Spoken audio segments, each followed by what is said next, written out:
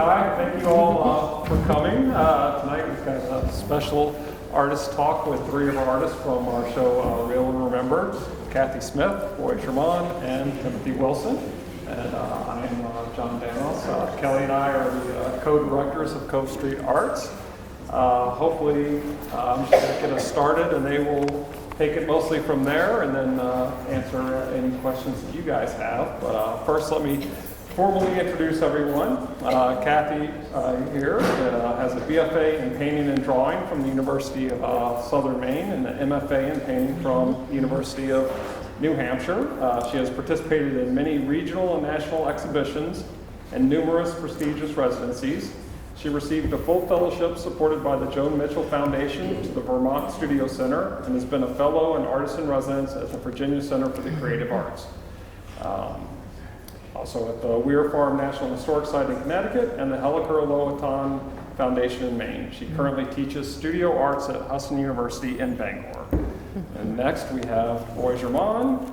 Grew up in northwestern Connecticut. He earned his BFA in illustration and painting from the School of Visual Art in New York City, where he also lived. He also worked there as a freelance illustrator, and his illustrations were published nationally in magazines, books, and newspapers. He moved to Portland about 15 years ago, and we're very happy that he is our preparator here at Cove Street Arts and is the gallery co-manager at Green Hut. And he particularly likes you to ask questions just to him for this. Kind of his thing. And then we have far end from me, Timothy Wilson, who grew up in Maine and then went to the Rhode Island School of Design. After living in New York for a number of years, Timothy returned to Maine and has his studio right here in Portland. He's had numerous residencies, but perhaps the most exciting for us is his current project with the Maine Coast Heritage Trust. Next year is the Trust's 50th anniversary, and as part of its celebration, it is sending Timothy to each of its managed properties. The next fall, this is an early preview announcement, next fall we will be having a show of the work Timothy creates in conjunction with the Trust. And there will be a big anniversary party that the Trust is going to throw here, so we're very excited about that. So let me leave you off with a question that I know none of you can really answer, which is, why are the three of you here together in this show, Real and Remembered? And the simple answer is that Kelly and I thought that the three together would be a great idea, as their work each has something fresh and exciting about it, with painting a very traditional subject, the landscape, and in particular, the Maine landscape. So let's start there. Why choose the landscape as your subject matter? We're just going to go down the line? Sure. Now I know why I'm in this seat. You chose it. I did choose it. Well, it's got the water, right? Why the landscape? We were just talking, it's one of there are two kind of hard questions, right? And this is one of them. But so I've been painting the landscape for 20 years. And I actually started off looking at very close up versions of the landscape and then expanded when I moved to Oregon. It's mostly to learn color. That was the initial reason. And before that, I had done figurative work and other works. Why now? I'd like to be in the landscape. So I walk, I hike a lot. I think a lot of us can relate to that being in Maine. But for my paintings, the landscape is always changing. So many of these paintings, and we'll talk about the process a little later, I think, but start on location. And within 4 hours, we know the light changes, the air shifts. And I think that, I've tried to approach other subjects, and there's just an immediacy to that subject, and there's constant problems because of the changing light, air, weather, that become kind of a problem-solving exercise for me. So it keeps me engaged, it keeps me in the moment, and I just feel better when I'm out there. That's right. That's cool. So I still struggle with this question. I mean, it's what I do, so it's hard to sort of analyze, go back and do that. But I grew up in this really beautiful part of Connecticut in the foothills of the Berkshires and the northwest corner, and I was really sort of tuned into the landscape growing up. I worked doing landscaping, and I was sort of infatuated with all these American Impressionists that spent time in Connecticut. It wasn't that far from the Hudson River, and all these Hudson River School painters had been there. So the fact that these artists have been sort of close to where I grew up was sort of in the back of my head. And then I went to New York and spent 18 years in this super dense urban place. And I was doing illustration and I was doing art conservation. The cool part of the art conservation was that I was getting to see all these works on paper by a lot of those artists that I was interested in. And they were sort of the kind of works you wouldn't see in a museum necessarily. They were maybe, second tier or torn out of a notebook, which was really exciting and inspiring. And at the same time, I was doing commercial illustration work, which was sort of a deal I made with my parents when I went to art school. And I never loved it, but I did it for many years.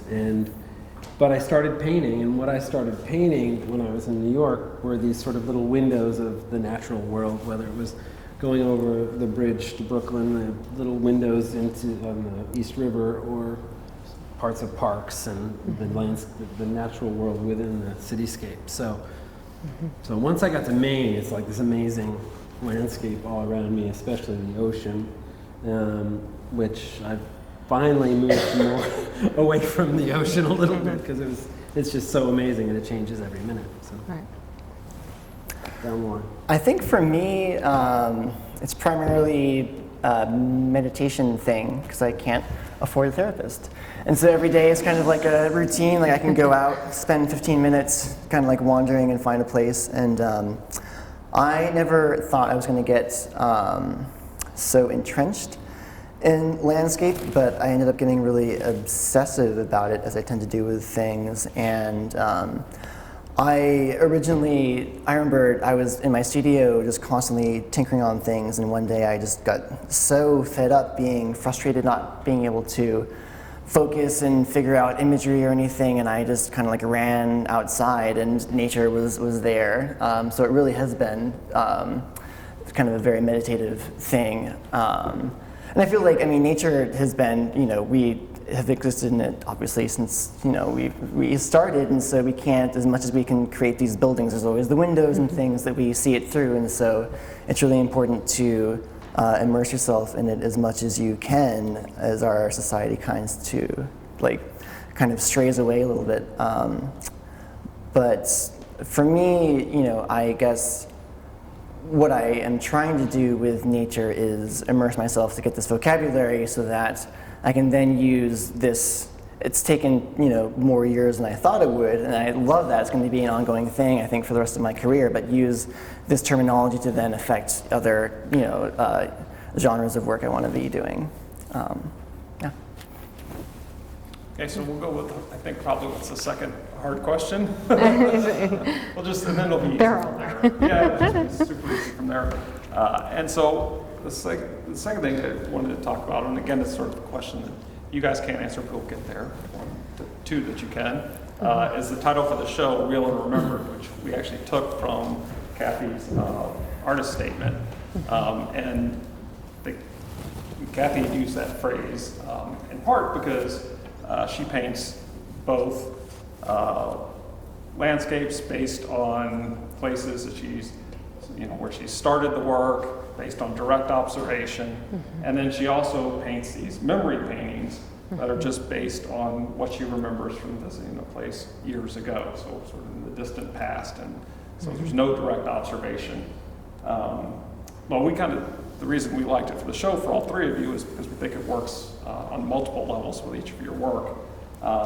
And one of the things, and one of the reasons we thought the work went well together, is sort of the way you each abstract the landscape. And so, if you would, please talk about sort of that decision and how that level of abstraction fits in with your intention of conveying a sense of place. Okay, that is the other hard question. Okay, so yeah, it's sort of divided into two things, right? So real and remembered for me, I mean, the spaces are real. The paintings become more abstract the further away I get from the landscape in some way. So every move, even when in front of the painting, seems remembered in some, because you're constantly, when you're working plein air, moving in between looking and then painting and back and forth and back and forth. And with my work, there becomes a point where I'm just looking at the work, right? And so all the moves that I'm making are sort of remembered. And that's often, in some cases where the, often and in some cases where the abstraction starts. I think it's also kind of a result of how I see space now. So I've been painting the landscape and looking at the landscape for a really long time. So the first thing that I break down when I look at any space, and often my paintings are ritual spaces, so I go back to the same places over and over and over again. I look at them in terms of shape first, positive, negative shape, forms, then light and value, then color. And so the way that I'm breaking it down is sort of already in formal elements, right? So it's already become an abstraction. And I decided it was a cop-out to say that all painting is an abstraction. But when thinking about it, I was reminded that, I don't know, maybe 10 years ago, I think, a friend of mine said to me, like, you know that your paintings are incredibly abstract, right? And I was like, what are you talking about? Like, because I'm actually observing. I'm sitting in, at that point I was straight plein air painting for the most part, and I was really looking for color, nuance in the subject matter. So like if I paint, I know Blackhead on Monhegan, for example, and I know at a certain time of the day that the shadows are cast blue. And I could see that, and I think because I'm looking, I see more color, I understand how color works. But because I also know now how to orchestrate color and to play with color interaction, I can insert even more color in more moments of abstraction where the image is almost obliterated, and then just leave enough for the viewer to pick up the pieces in a way. So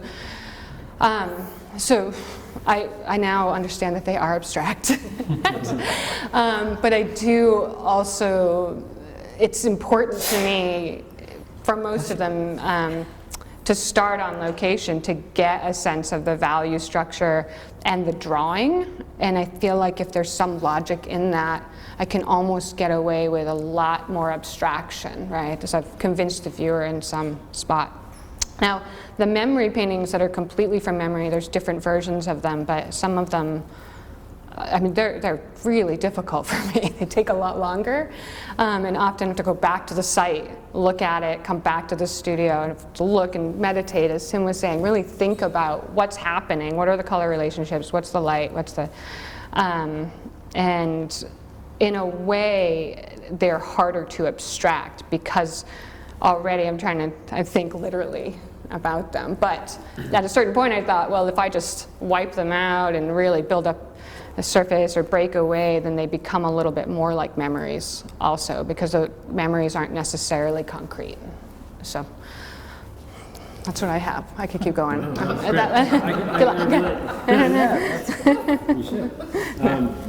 I can relate a lot to a lot of those things that you were saying, for sure. I do some memory paintings just from like childhood memories, but most of them are really small because I can come up with sort of these compositions and color combinations to a degree, but when I try to do larger versions of those, they tend to get repetitive, my color combinations and certain things. I'm not inventive enough without some more input. So, but I think on the memory part, just there are a lot of places that I've painted where there are places that I go back to again and again. And I might go out to a place that I've been to before and done a painting of and see something different, and then I'll go pull that painting out and start working on it again. And I think I've gotten better at remembering certain things that I see and sort of holding it in my head. It's something over time, I think I'm trying to remember these color combinations and certain things. As far as abstraction go, I don't really think of my work as terribly abstract. I feel like it's how far do I want to resolve a painting. I think I could keep going and it could become more and more realistic. I want to resolve it to a point where there's still the sort of energy of the brush strokes, because the brushwork and the mark making is really important to what I'm trying to do. I think. I want everybody else to have their own opinion about my work. I don't, but that's the way I see it as abstract, if at all. It's sort of like how far do I resolve it, and I've sort of given myself permission in the last few years to let some be a little tighter, some be looser, and John Ember was able to do that for a whole career and sort of keep changing. So I thought I could do that too. Well, in what you're trying to convey, why do you view the brushwork as important to show that as opposed to continuing to resolve? Well, I'm not interested in making super realistic views or paintings. The brushwork and that's really important to me. It's equally important. If it's a process and a journey, and I would like it to be sort of equal value, both the image and the quality of the paint. And I feel like I'm always pushing in that direction. I don't know if I'm there, but we'll see.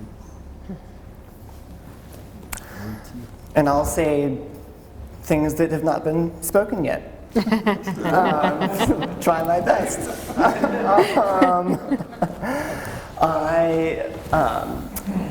I view abstraction in the work that I do as a way to, for me, when I have my experiences doing the plein air painting, which is how everything kind of starts, even if I'm doing something that is just inherently, a lot of times in my studio, I'll get there and not know even where to start because there's 20 ideas I want to work on, so I'll put up a big canvas and I'll just kind of attack it with something and see a mark, and then I'll go from there and pull something out of it. So I'll go into it without knowing what I'm going to make, but having had the plein air experience or this and that, I can kind of react and know that there's a vocabulary I can work with and make something from that. And for me, it's kind of like, well, so I went to go, see this beautiful vista of this landscape at sunset, and for me, the 20 minutes I'm doing this dusk painting, so many things happen, like, birds will come by, or the winds will change, or things that I would never expect would happen that I can't put into that painting, but I kind of am able to digest that. And so there's no way that I could recreate that for the viewer, and so I kind of want to work in a way that things are very much open for interpretation.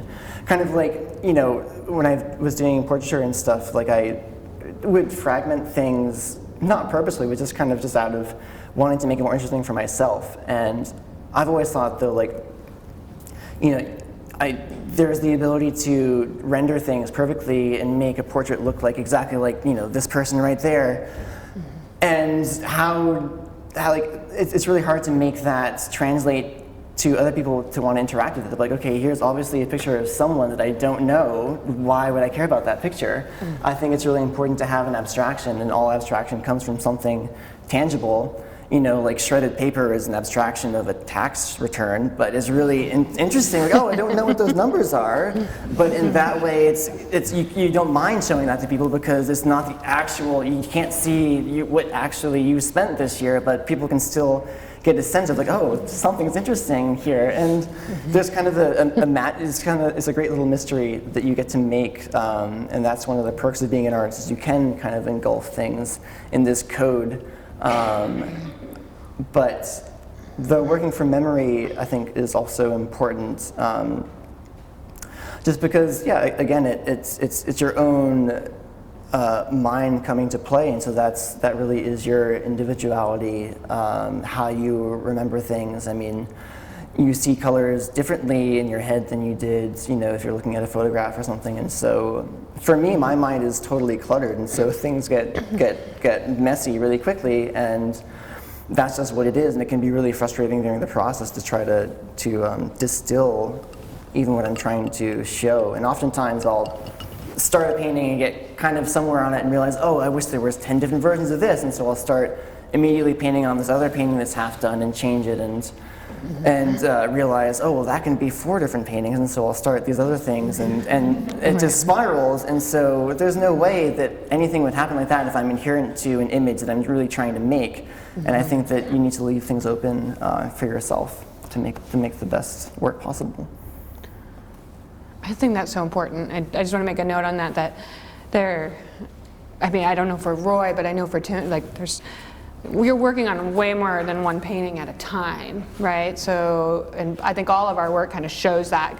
You can see the same places, but they just sort of invite, I have 5 head frame paintings of head frames that are at the ends of docks in there, and I had 5 more of them, and I just started making prints off of them, and was I don't know what I'm doing. I'm just going to cover 10 surfaces today and get something down there so I can make something later. Yeah. It's so then the painting, sort of leads you forward to an abstraction, and especially I think with you and I, we're really playing with surface too. I mean, there's sort of it gives you a tug that even if you try to make, there's a fun thing to do. You could just make different texture on surfaces and try to approach the same painting, and you realize that if you get a really coarse thing, if you have a certain undertone and you do a color scumble on top, it'll be so different than having a really sleek thing, and that inherently just immediately makes you want to do something different with that, or and so it just your medium changes things. And if you really try to be adherent to no,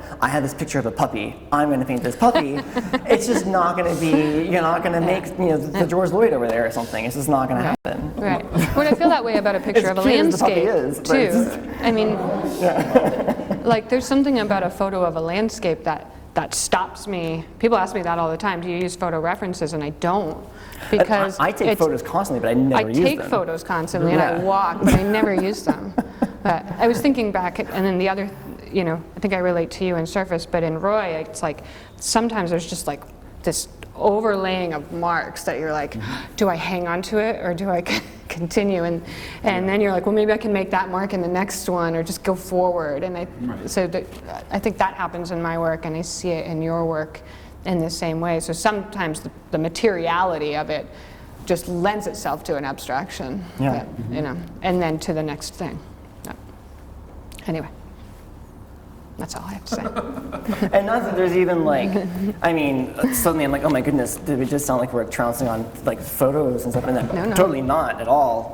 Because I've just been obsessively trying to figure out how to develop my own photos I've been taking with film the past couple of weeks, and figuring that out, because I love the tactility in doing this. But and I've been photographing cows, these belted Galloways, and I have literally 15 rolls that I'm developing, and that's awesome. And I'm never going to make a painting of a belted Galloway, but I have these because I was obsessed with taking it in the moment.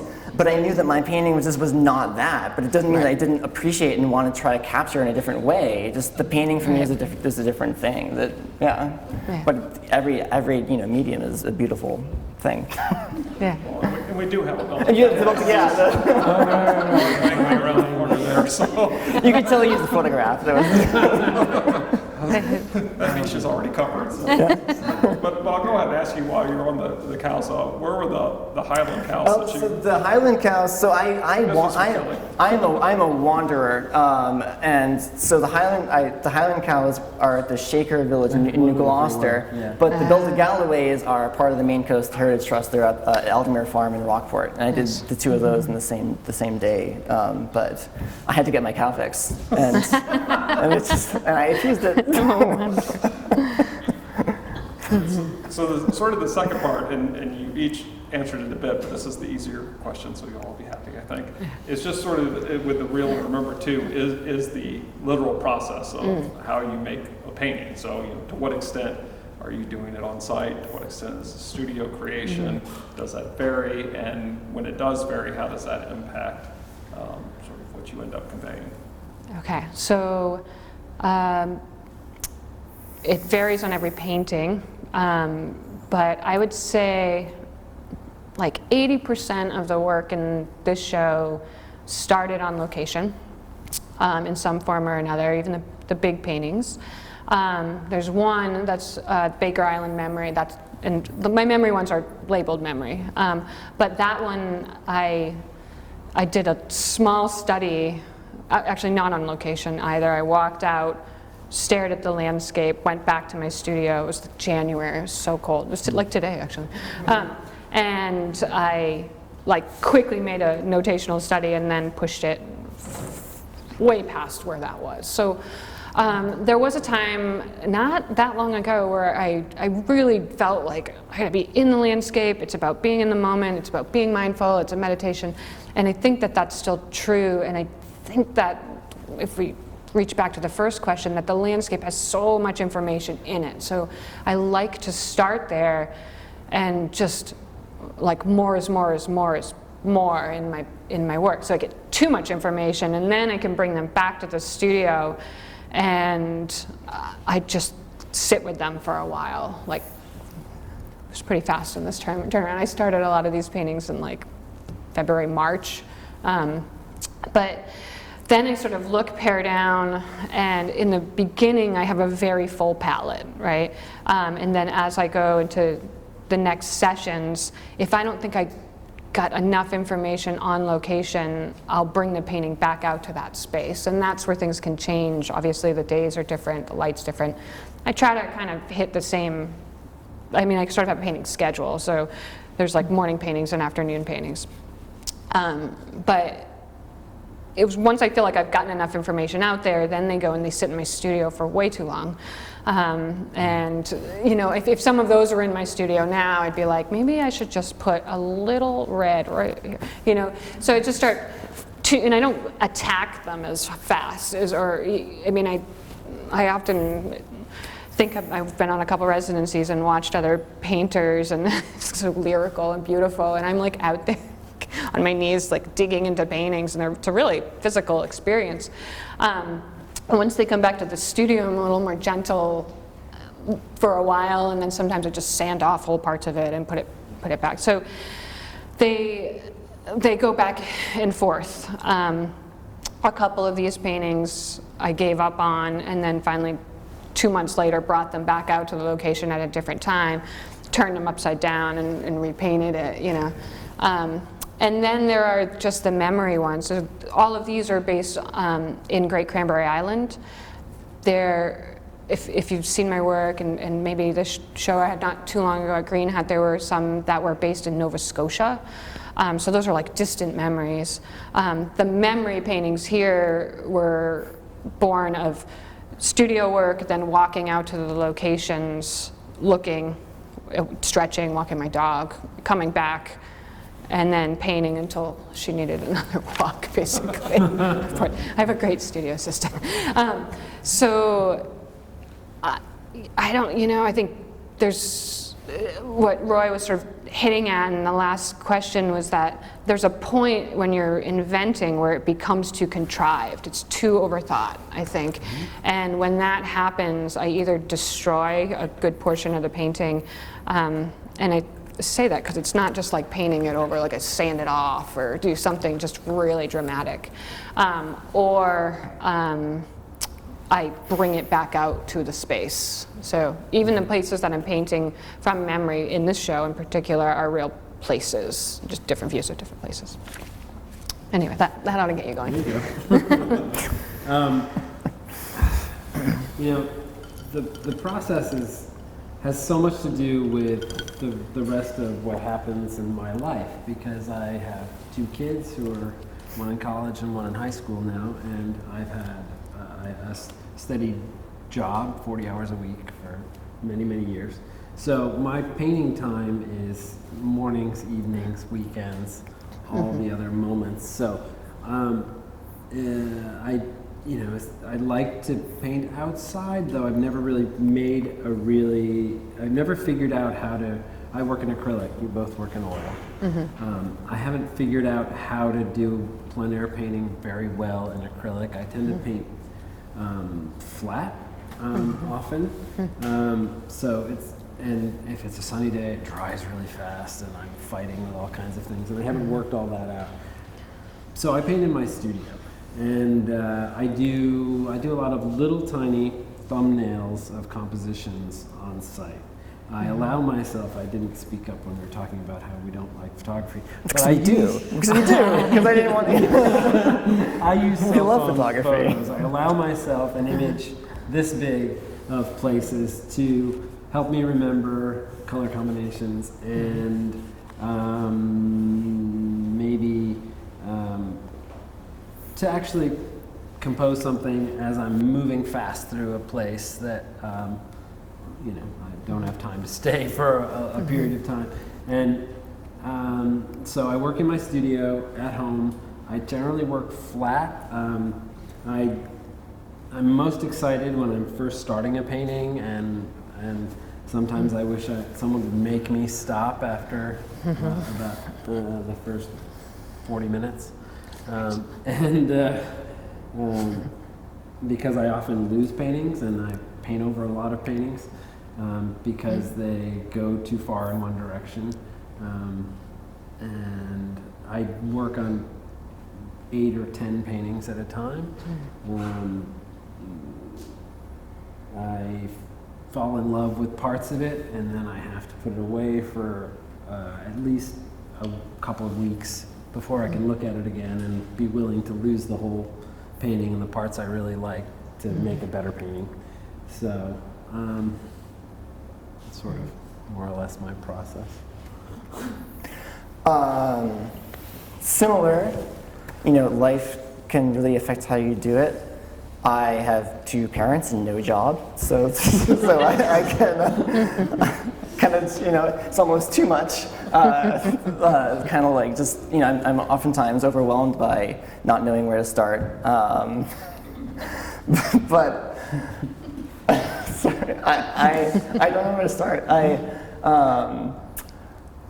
My process definitely is hectic, and actually it's gotten to the point the past few years where I've kind of stopped not showing galleries what paintings they might expect for the show, because they're probably not going to get them. Because maybe like 2 days before, I'll redo the entire show because I'll see this one thing. I'm like, oh, this is great. And then they'll be like, where's that large 7-foot canvas? And I'm like, what are you talking about? I believe the quote was, that one was destroyed. Yeah, that one was destroyed. And then we didn't have, See what's going on behind we us. didn't really have the, I don't know, guts or what have you to be like, what exactly does that mean? Yeah, We so just let that line. they so eloquently mentioned this email for this show, like, where's that beautiful canvas that we saw in your studio?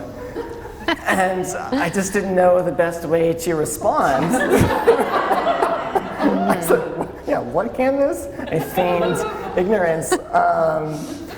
Because it's also funny too that Kathi says, she tends to be more vigorous, like starting and doing the painting on location, than is more tender on the inside. For me, when I lock that studio door, like I could be arrested. The things that I do to the canvas, like the paintings, I'll totally just eviscerate them.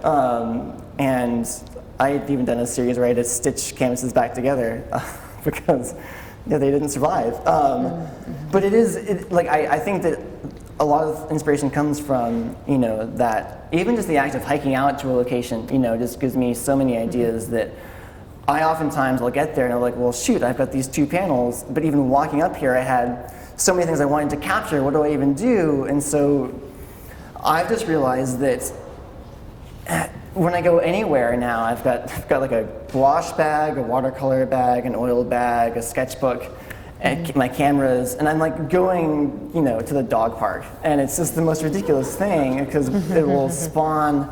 I'll be like sketching this one oil painting, and I'll realize that, oh shoot, I actually like how the color of this oil painting on top of this background looks, and I need to do kind of like a quick color study of that. And it's it's not pretty. It's actually it's really frustrating to feel like I actually accomplished something. And so I've been trying to figure out a way for my own sanity, for efficiency and just getting things done. Like, it's not 2-hour plein air painting sessions. It's 15 minutes of a 12 by 12 panel or something, because that's all that's going to happen. For better or for worse. And it is a physical thing too. I mean, when people think that, painters may have a laziness, but like the amount of energy exerted to get some of these images, like, I was just in Colombia and I had my painting gear. I've got my tripod and my pashad and stuff, and I had my iPhone with me. And at the end of the day, I checked it and saw that we had hiked 7 miles and 385 stories, so 4,800 feet. So I climbed a white mountain, like with my painting gear, trying to do a little tiny 8x10 study.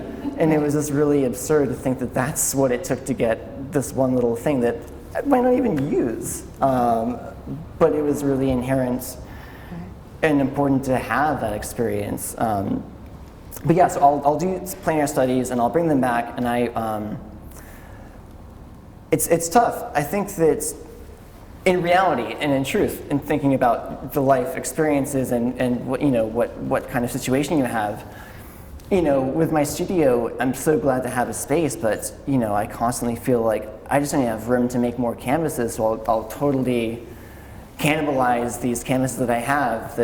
That's just because I need to constantly be making, and I can't constantly be making more canvases at the same time, and so. My process is painting on top of surfaces a lot, and it'll help me react and see things that I wouldn't have thought of. Again, it's it allows for abstraction. If you're painting on top of something, if you're trying to do like a certain, like, oh, I want to paint this dusk scene, and you have a painting of, a church or a sunrise, and you're painting, and suddenly you're having these colors contrast, and it opens the door a lot, and I invite that, but I find there's just never enough time to even get going, and then there's a lot of things that happen, and so it's kind of a kerfuffle of a process for me, and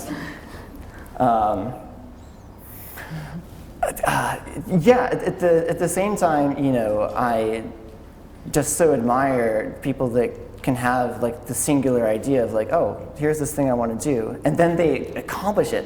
It's just like, how the hell? This is like, I didn't know what college they went to or what their schooling was, but I was not privy to this. Right. I had this idea that making a bumper sticker that says drawing is not linear, right? Because it like. The process of painting is very similar, right? You're moving in between different things. It's never like I've met people who do this, have this sort of like set schedule, but I think the three of us are just explaining this like intensity, like you only have this a certain amount of time. And for me, I teach also, right? So when I have the time, it kind of like that. I mean, it's really like, don't talk to me, don't, and the energy kind of goes straight into the paintings, and all of the places that I've walked, it's just thinking about the struggle and the other thing about being an artist is that you're always carrying awkward things around all the time, and they're heavy. But that part of it, that walk into a space or a place that seems like a very important part, even if you're working from photos, the place, and I think if you know the space and the place, you can make compelling landscapes from it. But there's an intensity to all of our works, and I think that you can see it when you go in and look at the show. And I don't know that I have a 15-minute painting, but well, it's not even if you like. A lot of the times it's just that walk. I mean, how I can assume. Right. Maybe I hope I'm not the only one, because I would be just mad at myself. But how many times you've been going out like, oh, it's the most beautiful light. I'm gonna get all my stuff, and you go in there like, oh, light's going. It's all gone. Then you get there and it's just it's black. It's nighttime. Or you get there like, yes, this is the most beautiful thing. Where did I put my brushes? Where and so it really is. It's the adventure. So a lot of effort. I was just making up those two examples of things that might happen to someone. Yeah, it's just hypothetical. Never happens. Yeah. Also, another, I think another question, not a super difficult one either. But a lot of what you've been talking about is what excited us about pairing the three of you together and sort of the similarities in your work and what we really love about it. So now we'll talk about one very significant difference, at least with the fellow sitting on the end there especially, it's the palette. Understood. And so can you talk a bit about sort of what drives your palette choices, both for any specific painting and sort of across a body of work, and how that might change over time? Right, so let's see, which ones are we looking at here?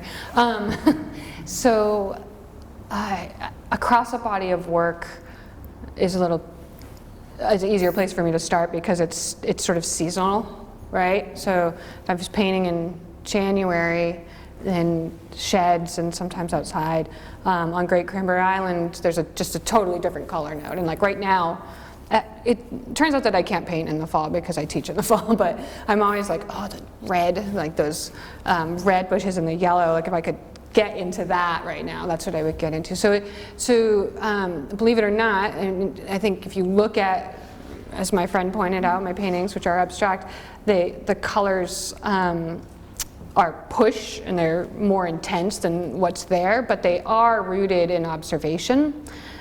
So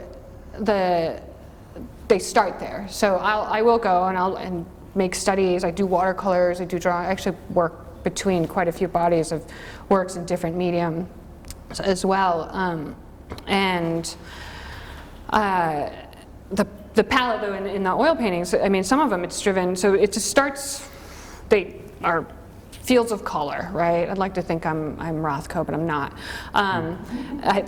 Underneath some of those, there's one that's like, that has been projected behind us that's like orange and pink rocks. So that's a perfect one to talk about, where I just, like, that spot is it's a real spot. I go to it every single time I'm on Cranberry. I went out there in the morning because the water is that color in the morning, and the sun soaks the whole beach, and they're like in Acadia, right? It's the rose granite, right? And if you looked just only at that, you'd start to see orange and pink, like you would see it. So that was the color note that I started with, and then, you know, thank God for Williamsburg paint, they had this beautiful Montserrat orange. I was like, that's the color.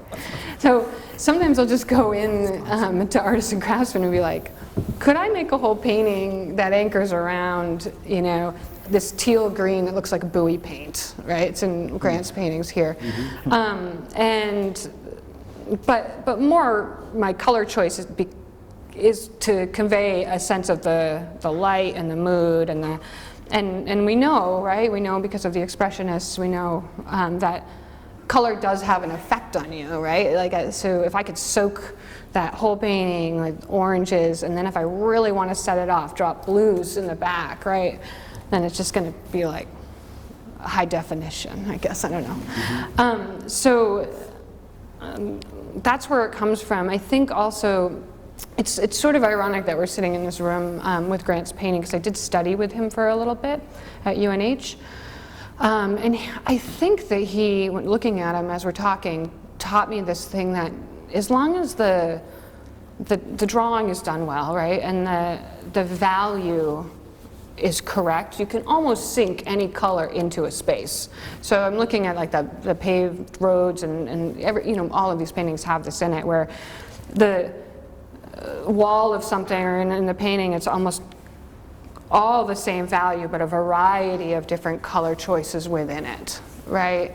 And so that becomes kind of like a game for me. Like, how many colors can I sink into this space? And that's what happens at the last stages of my paintings. So there's, you know, the initial attack, then there's several more of those. I now paint on panels because I was destroying canvases as I was digging through them and like just beating them up. But then the last part are just these small moves, and I sort of give myself, like, you can only do 5 moves on this painting today. And they're all generally within intense colors. I think I said earlier that when I start a painting, I have maybe like 26 colors on my palette, and it's just too much. It's just one palette with just colors and one that I mix on. But I found that if I don't put them all out, then I inevitably want the one that's not there.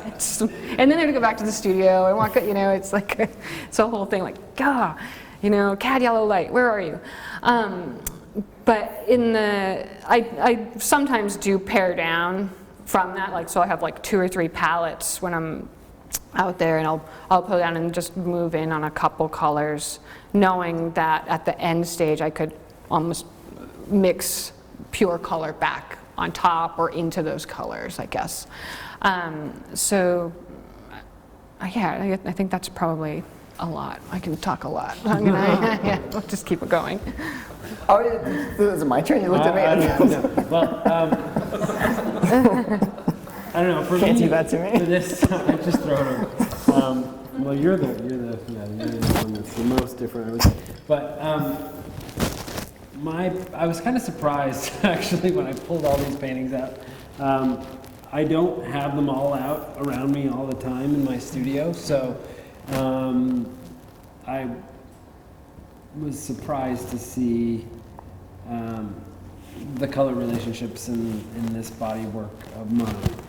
It's the first time I've seen certain things, and that's what's great about having a show, is because then once you see a body work together, then you can sort of pivot to different things.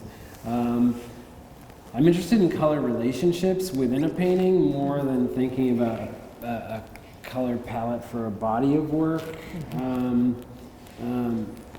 I'm just really interested in seeing these unusual color combinations in nature. If I could paint winter paintings all the time, I would paint winter paintings all the time, because I think there's so many interesting things in nature in the winter, just the grays and the colors that I once went, I was at a wedding in Tuscany with these people from Louisiana who said, how can you live in Maine? It's so gray and there's no color in winter.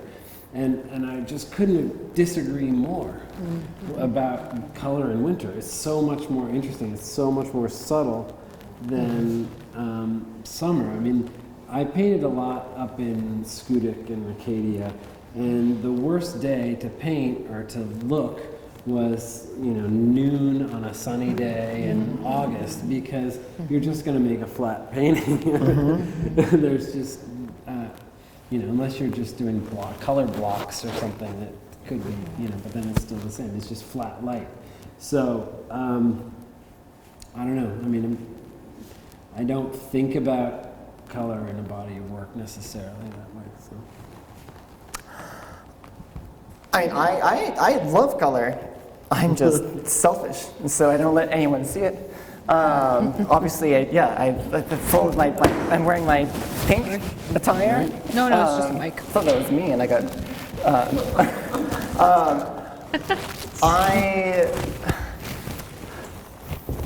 There's so many things that I feel like I want to say, and I'm trying to figure out a good way to describe it.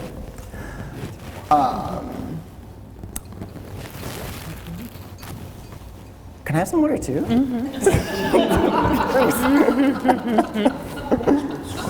I believe that's called stalling. Oh, the whole thing. So I grew up. I don't even know where. No, it's fine. Mike fell, so that's This is great. It's recording. I'm just gonna pull it down. I was not thinking to begin with. So you're assuming many things. No, it's okay. Okay. I think I'm situated again. Sorry, guys. Is it working? No, yeah, it just all fell apart. I just shifted. So, now I lost that train of thought that I was obviously about to go on to. No, so for me, I grew up, I was taught, thankfully, my mom's a piano teacher, so from day zero I was learning, how to play chords and read music and all these different instruments, and then when I got randomly into, I enrolled to try to go to this art school just randomly, and I got in with this early decision. So I was like, you know what, I'm going to do this. And I gave up music that came so easily because of what my parents had gifted me with. And painting has been a frustrating thing ever since I started it, and I keep on doing it because it's difficult. It's something I want to conquer.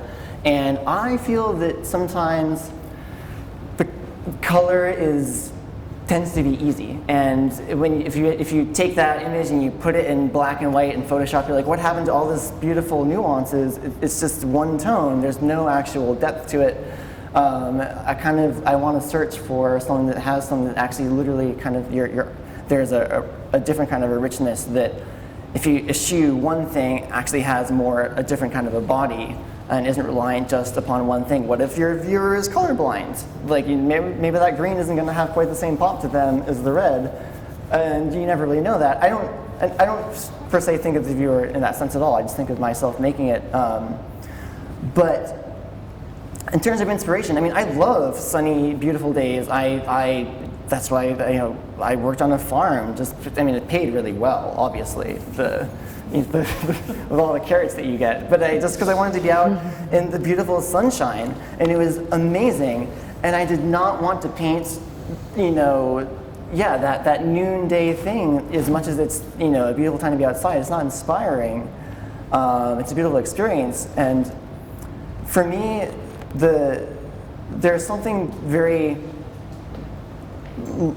light, not in this, but like airy about light and sun and color, and I feel like I'm more attracted to these darker tones and images because there's this kind of, color exists with light and exposure, and things are kind of displayed there, and I like things that are not totally described, and there's something murky, in darkness that isn't scary or bad, but it's just unresolved, and I appreciate that.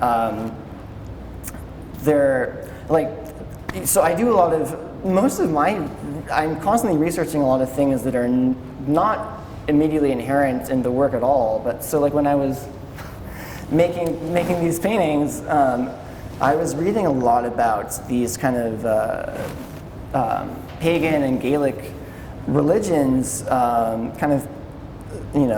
pre our history, and they used to think that spirits would come out at night and dance around, and that's why there was dew in the morning. The dew was the residue of the spirits that were dancing together, and so they'd put their clothes out and then wring the water back into their mouths in the morning to collect their spirits again. That's pretty cool. And so I'm a fan of rain, things foggy that are obscure. They're not bad. It's a beautiful thing. It's nice to have that murkiness. There's something literally, I think, more kind of spiritual and soulful to me with that than the bright sun at noon that's awesome, but it just doesn't, it doesn't do it for me. I'm still a happy guy, I think, in spite of that. But like I don't know. And so when it comes to the color, I'll have 24 colors on my palette too, and I will use them all. And suddenly it's just like, how did I get khaki from this? I just don't understand it. It's an anomaly that is. I could be using purely blue and it would come out, looking orange, and I just don't, I don't get it. I understand the relationship, and I do love using it, but whenever I think, I'm like, this is gonna be so audacious, I realize I tend to make things more and more subtle or nuanced than I might want to. There are plenty of times I go into it thinking I really wanna make this really sing, and I'm gonna do all these crazy glazings and stuff, and I constantly battle it back, and I don't know why that is. And I keep on feeling like I keep on putting things back down to this kind of monochrome tonal thing, because then maybe it's kind of like the old Baroque style where it'll do glazing on top of the underpainting, but then I just never get to that because another idea comes. So at some point you've got to realize, if all the painting always gets to this point, maybe that's what it should be, and just be happy with that. And it is funny too. I don't show a lot of what I do, and a lot of the studies that I will be doing when I'm outdoors do have color that I have not even yet figured out how to approach, but it felt good to put out there. But it's kind of just like my thing. Like if that's what I need in order to make my black or something. But like I don't need other people to see it in a way. Yeah. I do have some other questions, but I thought instead I would open it up to everyone else to ask questions while we have everyone here. The questions are fading. Yeah. What are the expectations of the heritage, the Maine heritage thing? Oh, for the project? Yeah. Basically, so I'm going to be painting all year round, and so I'm going to document. I'm going to be doing, kind of plein air studies, and with this. Oh, one thing I meant to say. So thank you for giving the question that I fed you earlier to ask me. In spite of wanting that abstraction, like at the same time, I also constantly want to I really want to make something very specific, and I really want to over detail in a way and really make something. And like this is why this is so beautiful, because you're literally looking at this kind of a thing. And so what I want to be doing with this project is kind of both describing these places, but then also doing my own interpretations of them and doing just all these different studies. Kind of like a theme that Kathi described, going back to the same places a few times. Like I've already gone back to the cow farm a couple of times. I haven't even started the painting yet.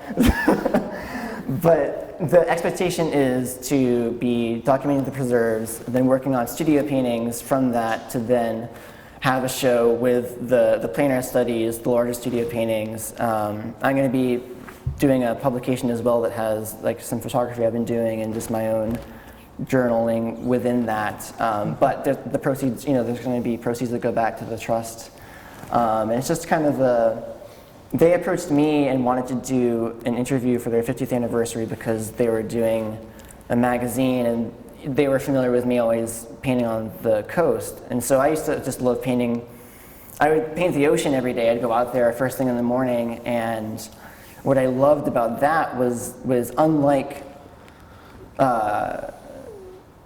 grass, a mountain, a field or something, like the ocean moves a bit more, and so it's really hard to document that. So what you need to do is interpret just the pure energy of like, well, I hear this rushing. It's a full sensory thing. I hear these sounds. There's no way you can, it's not staying still at all. So you've really got to figure out how to approach that. And so I was constantly going back because it was like, this is a thing that I can do this for 100 years and still never actually get anything that looks close to what I'm looking at. And I think they saw that kind of dogmatic absurdity and asked me, like, why are you painting on the ocean when it's February 27th?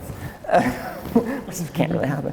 And it was just because I was going out every single day. I'd put my adult snowsuit on, and I adopted these things where we were talking a little bit about when it's cold you can only do things for like a couple minutes. Like I literally would go into my car and warm my hands, and I would take a rag and put it on my paint and just swat the painting to get branches or something, because I just could not use a brush. I could not hold the brush. And I think they wanted to do something, and do an interview, and I was like, well, it'd be really cool to actually raise. For me, Maine has given me so much more inspiration than just an interview. I would love to do a more immersive project to, I'm glad that, through social media and stuff, I feel like I can have an outlet or something, and I wanted to kind of bring a different generation into an appreciation of the landscape while it's still around.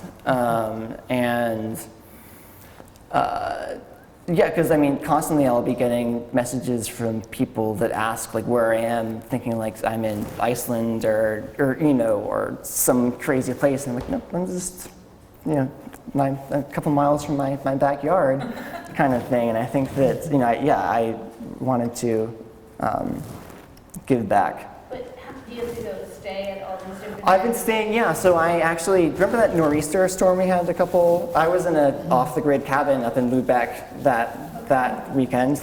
which was kind of fun, just the kerosene lantern and myself. But it was beautiful. So yeah, they're offering me these research places that they have. I'm going to be camping out, so I've got lots of foul weather gear. I've just been trying to get myself prepared for it because I really want to make a good thing with it, with like a website and yeah, make it professional. But I'm excited for it. It's fun. I went to Great Cranberry Island for the nor'easter. So I was like, I'm Yeah, gonna it go was, ride this out on an intense. island, 'cause it's. I I mean, that's what's Lesser Maine. Cranberry Island. Yeah, okay, yeah. There are 2 paintings of the trust out there. I mean, maybe that's just a way to wrap it up, like the Maine question, right? Like, why are we in Maine? Yeah, and, that's great. and I think, I wrote this statement. I was like, I can't even write an artist statement until I have to go back to the place, right? So we went out just before the storm came in and just literally marooned myself to an island, right, and walked around in the nor'easter, and I was like, now I can write about Maine, because of course it's beautiful. We live here, we love it here, but it's also, I think I wrote it's curious, right? There's all kinds of different things every day. You see notes of color or textures, or it's rough, right? The coast is rough, the woods are rough, like the lakes on some days, and I'm painting here because I can say all of those things in the language of paint, right? Through surface, texture, light, mark making, and hopefully all of us, I think, really hang on creating a sense of place through more than just sight, right? We're all toying with our medium in different ways, but. And I also grew up in Maine, so it's personal to me. But I was trying to decide, like, if I lived in Vermont, of course I'd be painting Vermont as well. But when I did live in New Hampshire, I came to Maine, and I painted my hometown. I was painting in New Hampshire all of these landscapes, and people kept saying, "Oh, that looks like your neighbor's house." And I realized that it's already part of my visual, like, language, right? And so I'm drawn to things that I'm familiar with. But there's just so much opportunity. Like, you can go as far east as north, south, west in Maine and find a totally different landscape. And I think we could all paint for lifetimes and not, I mean, you can repeat, and I choose to quite a lot, but I think because I get to know those places even more. So, like, I see some friends out here, like, every year I go to Monhegan and I have like some ritual walks that I do. Like, on the first day, I'm going out to Blackhead, and on the last day, I'm going to end there, because it starts to become familiar, some of these spaces.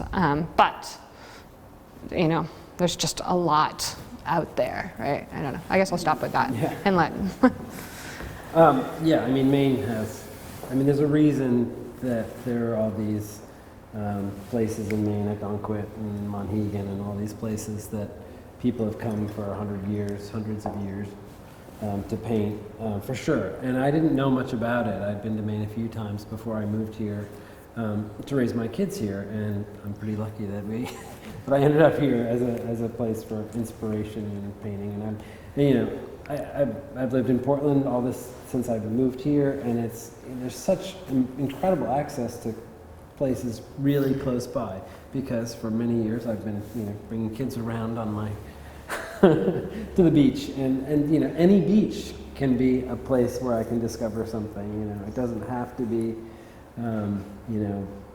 Eastport, which is kind of awesome too, but I've been able to discover more places in the last few years where I've been freed up more. So there's so much more to discover beyond just this part of the coast. And I do like to go to Eastport because I've been going there since I came to Maine. I have friends there, and that's a place I've gotten to explore a lot more. And now more recently, Western Maine, and yeah, it's endless. It's great. I'm in love with the place I grew up. That's imprinted on me. For sure, and I just got to go back there and paint for a week, totally alone, which was, for me, is a real luxury. But there's endless stuff to paint here, and light and drama.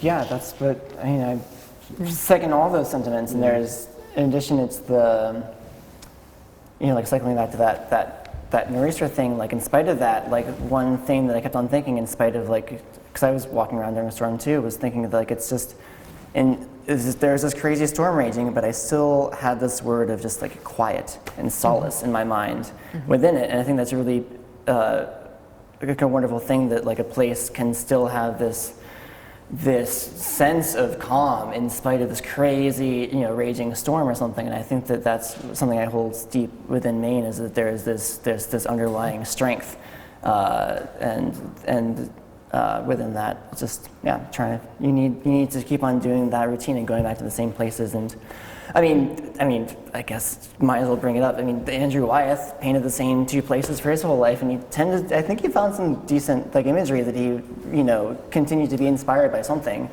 And I think there's something to be said that it's that limitation. When you limit yourself to certain things, you realize that there's actually a whole wealth of things. If you have cotton candy for every meal, you're just going to get sick because there's too, if you have a little limited, nutritional thing, you can survive really well and thrive. And, Maine offers a really lush environment, but I appreciate it.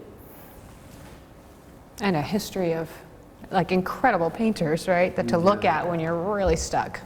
You can just go to, it's amazing. Well, thank you. I think that was a great place. Professor brought us to a fantastic place to end the talk, I think. So thank you very much. And now everyone can go look at the show again with fresh eyes. There you go. Thank you guys. Thank you.